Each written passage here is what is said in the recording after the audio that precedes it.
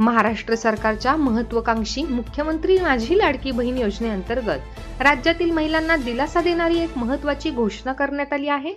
या योजनेचा तिसरा हप्ता 29 सप्टेंबर रोजी रायगड येथे वितरित होणार असल्याचे महिला व बालविकास मंत्री आदिती तटकरे यांनी जाहीर केले आहे। योजनेत सहभागी महिलांना प्रति महिना 1500 रुपये आर्थिक मदत देण्यात येणार आहे।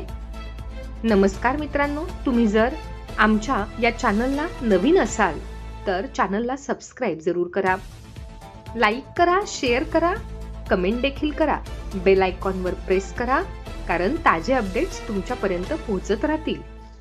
महिला सशक्तीकरणाच्या दिशेने महत्त्वाचे पाऊल उचलत महाराष्ट्र सरकारने लाडकी बहीण योजना सुरू केली आहे।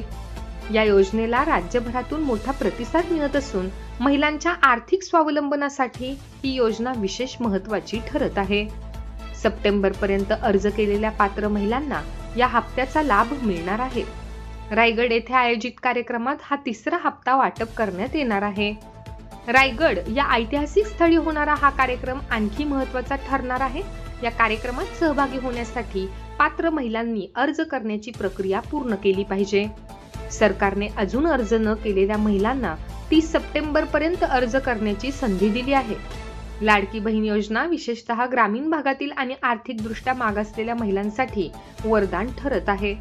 या योजनेमुळे महिलांना आर्थिक आधार मिळत असून त्यांचे स्वावलंबन आणि आत्मसन्मान वाढीस लागला आहे।